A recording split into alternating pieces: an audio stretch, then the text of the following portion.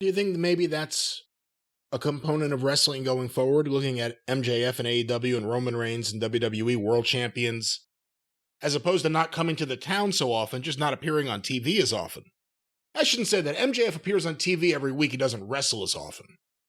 Well, sometimes, it might not be that he needs to be on every, although again, they're so short of talent. At least you got a guaranteed segment. But, the world champion can be talked about. The world champion can be featured in video packages. The world champion can be involved in a variety of things and be the center of attention without even being on the program, by virtue of the fact that everybody wants him and he's the guy. So, but if they just have whoever's going to win this thing, hopefully it ain't Cody, just then defend it on TV every week or every pay-per-view or whatever the fuck, it's another belt they can defend.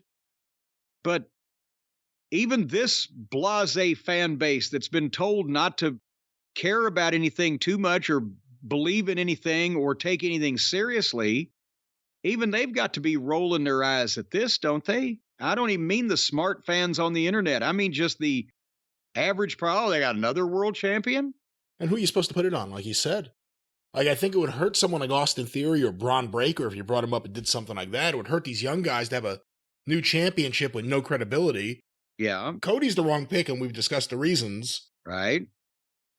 I'm sure Brock don't want it, and he's part-time anyway. Yeah, he's working the Roman Reigns. He invented the Roman Reigns schedule. Yeah, is this the Seth Rollins Memorial Belt? God, no. God, no. Please, no. Unless it means he'll be on TV less. But he won't be. No, he'll be on TV more. So no, can't do that.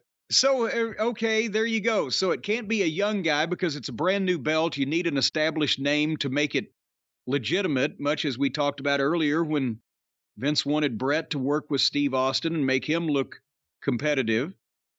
You need to have a star that makes the belt. Brock Lesnar ain't going to take it. He ain't going to work a regular schedule.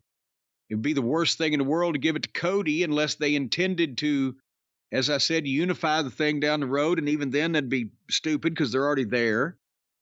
What do you think of Damian Priest? Well, no, because then that would just make it look like they gave a belt to a guy on the card, because I like Priest. I'm a fan of his, and he's coming along, but he's never been viewed as a single world champion. And suddenly to do that would be like a Theory or another young guy. If a Randy Orton was ready to come back, how about that? That might work. I mean, it's still not a good idea, but Randy Orton is a guy who could certainly, he has the name value, the recognition, the star power, and he can work with anybody. So he could make something out of it, but I don't know. After that, again, who I say? Owens and Zayn are tag team champions. Oh, and the other question is, if Roman Reigns is still going to hold on to the belt for the foreseeable future, at least through SummerSlam, let's say, but maybe beyond that, does that mean this title is going to change hands more often? Or are you going to also have another champion who, like Gunther with the Intercontinental belt, to establish the championship, is going to hold the belt for a while? Well, you would also think that if this belt is being defended 2 or 3 or 4 times as often, that it would probably change hands more quickly. Which, once again, would be a problem with establishing something as being a really important thing if it's just a hot potato that everybody can have. But then if they end up with a long-term champion, like you said, well, then they're in the same fucking position. Yeah. Almost like an irrational old man made this decision. Almost. Well, Jim, perhaps you're someone who works for an irrational old man. Perhaps you're someone who's told, get out of this building, by someone working for an irrational old man. Maybe you just need to sue. Well, in that case, I know exactly the person of which you can pick up a telephone, punch in the numbers, and get a response at the other end, and it will belong to this man. Call Stephen P. News.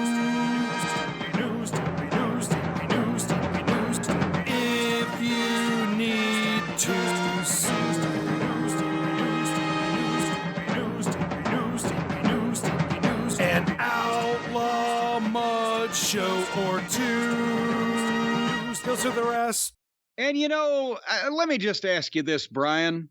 You've heard that it's a very charitable thing, a very Christian-like thing to take care of the least of us, the least amongst us, the poor people, the people with no breaks in life, the people that are deprived, the people that may not have their health. Health is everything. Hell, you got to have your health. They may not have their health. They may not have the resources. Stephen P. New sticks up for the little guy. And we want to talk right now to the folks out there listening to us in wherever they may be in their local penal system, whether it be a penitentiary, a jail, a prison, a detention center, or just merely a law enforcement facility. AEW, someplace like that, where people are detained against their will, locked up, and can't leave and be free to pursue a life of religious freedom. Not everybody gets time spent like William Regal. That's right.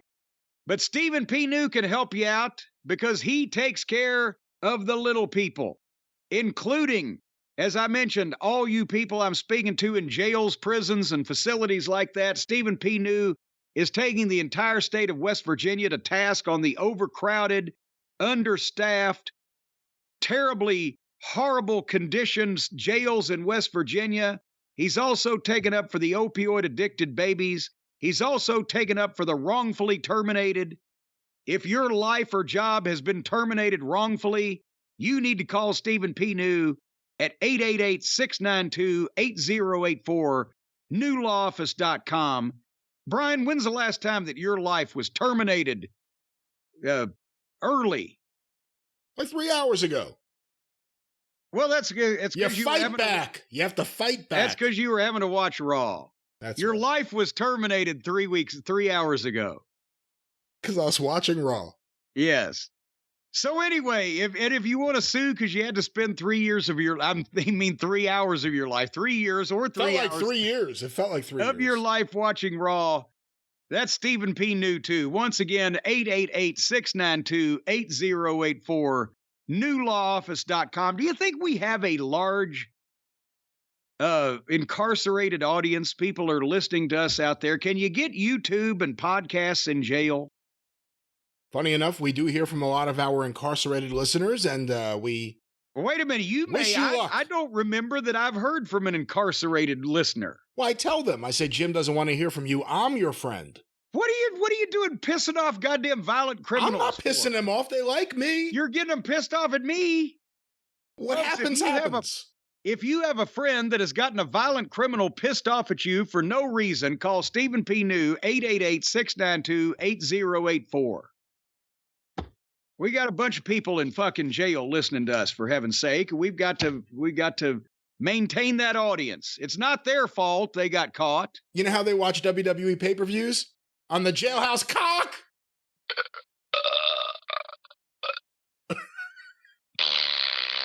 Okay.